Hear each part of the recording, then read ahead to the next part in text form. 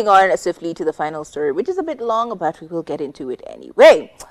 Now, Vivian, we all know her as a gospel contemporary artist, and she has been in this industry for quite a while. However, back in 2021, during COVID, she spoke about her religion, and she said something that was very, very impactful, at least to many of her fans, because she said, "A change of heart is the best way to describe it. The pandemic gave many of us time to reflect.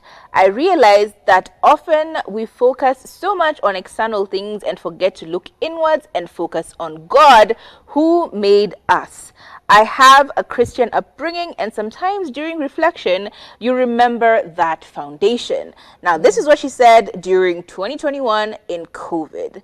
I do not know how she has taken a complete tangent, a complete left turn, like completely out of left field, because baby girl has a whole new song that she's singing now, which includes "Christianity is a cult." That is her words. I am not joking. Those were her actual words. She said, "Christianity is a disease. It brainwashes people. It is an institution meant to empower a few and disempower the rest." And she said, "We must take control of our lives. We have the power to create, to expand, to grow, to speak freedom and light and love. And these things should not be limited by a book." Okay, now in case you are catching me and you are wondering, huku kunaendaje? Tumefika kwani tuko wapi? Tuko nchi gani?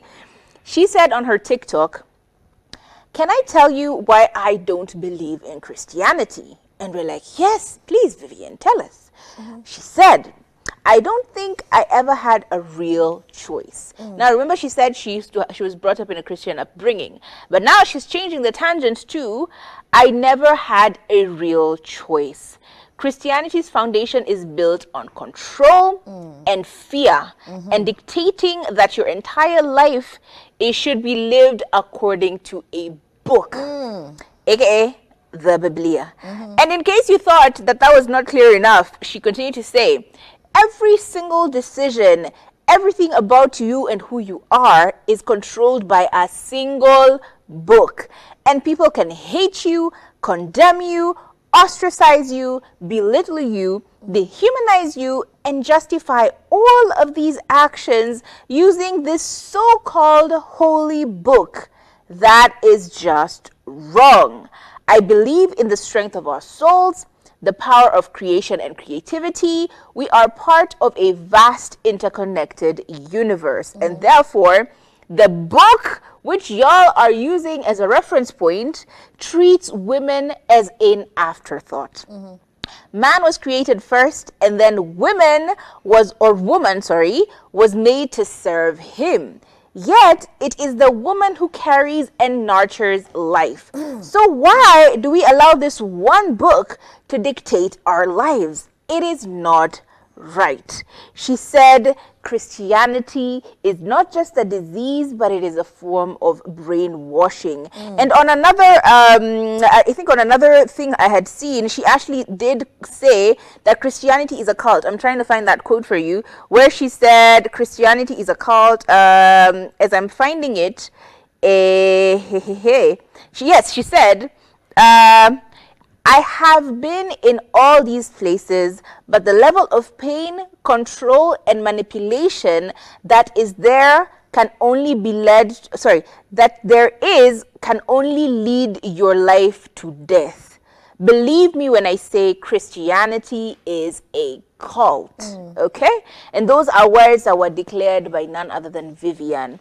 Now, of course, Michelle Ntalami, who is a good friend of hers, chimed into the conversation, and she was like, "Babe, but we spoke the other day and we had such a deep conversation about the word, and you seemed fine, and we were very much in tune when it comes to Christianity." She continued to emphasize, "Please don't let the actions of others, human beings, cause you to stray. Your relationship is not with Christians, but your relationship is with Christ himself." And this seems to be the narrative or the conversation that a lot of people are bringing up. The fact of the matter is, Christians can be problematic, but Christianity with Christ is an individual journey. Like, I know I am very vocal when it comes to religion because honestly, I have my own predispositions and biases. But at the same time, I am very clear when it comes to religion being a personal choice. If you want to be a Muslim, you have your relationship with Allah. If you want to be a Buddhist, you have your own relationship with, I forget who the Buddhist god is. If you want to be a practicing Indian, you have your relationship with your different gods. If you want to be a Jew, you have your own relationship. Like, I feel like religion is such a personal conversation that maybe it's one of those things that we need to be a bit more keen when we are making statements that can be very polarizing. Yes, I may have my own dispositions. Yes, I may have my own biases and my own beliefs, but it is okay for me to speak about them and remember that other people have their own opinions and have their own journeys with their own religion. So I don't know. I feel like something really tragic happened to Vivian because she's always been so stern a Christian. So I think something tragic happened recently and she is really questioning her religion. But she's not the first person to question her religion. We had Tile Bro speaking about his stance on religion as well, and he said he doesn't believe in Christianity. He's not a Christian. He actually does conform to atheism, if at all. And I'm not too sure about the atheism part. I'm just going to say the atheist church or the atheist community reached out to him and gave him all this, amazing things that you get once you get to be an atheist in Kenya. So I think a lot of people are either going completely on this side when it comes to Christianity and the others are going completely on this side. It's a very polarizing issue. Vivian, whatever you're going through, I hope you get through it. And I hope that your change of heart is not based off of human beings, because human beings will always do something dirty.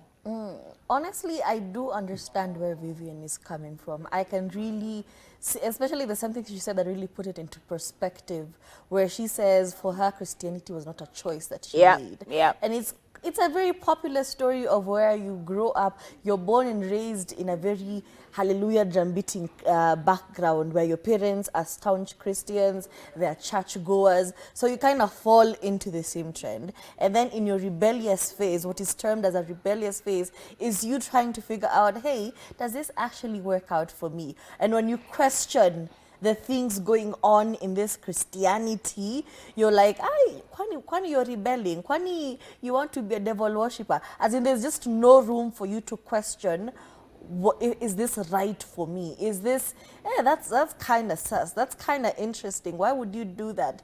Anytime you question this, especially when you've grown up in it, they're like, wewe unapotea. The devil is influencing. And there's also a lot of guilt that comes with it as well. Personal guilt. And even if you see, like, her career, she's come from a Christian background. She's gotten into the music industry. She's done secular songs, she's been in the worldly scene, and then she meets her husband, who is a pastor, who is a very staunch Christian, and then all of a sudden she denounces the world and becomes a Christian because now her husband is part of the faith, so she has to get on the wagon and go back to Christ. And that guilt comes back. I was lost, but now I'm saved. But now when you get back to this Christianity thing, you're like, hey, hang on, I kind of understand why I left this thing in the before. I kind of see, there's a form of control and fear mongering going on, and I just don't like it. There's a lot of anxiety involved in Christianity, especially when it's not a personal journey, but rather you're conforming to what the Christian religion is demanding of you. And her husband is I don't even think he laughs. So, Sam West, he's a very serious guy. He's a very serious man of God. So now it can feel a bit dirty. You're like, hey, when I'm back to my childhood, it feels like, those scenarios where you're being forced, to go to church every Sunday. And it's very performative Christianity. Yes. And then fast forward, they break up, and now she's finding herself. She's like, wait, why did I? Freedom. She's coming back to herself. She has moved out of the country.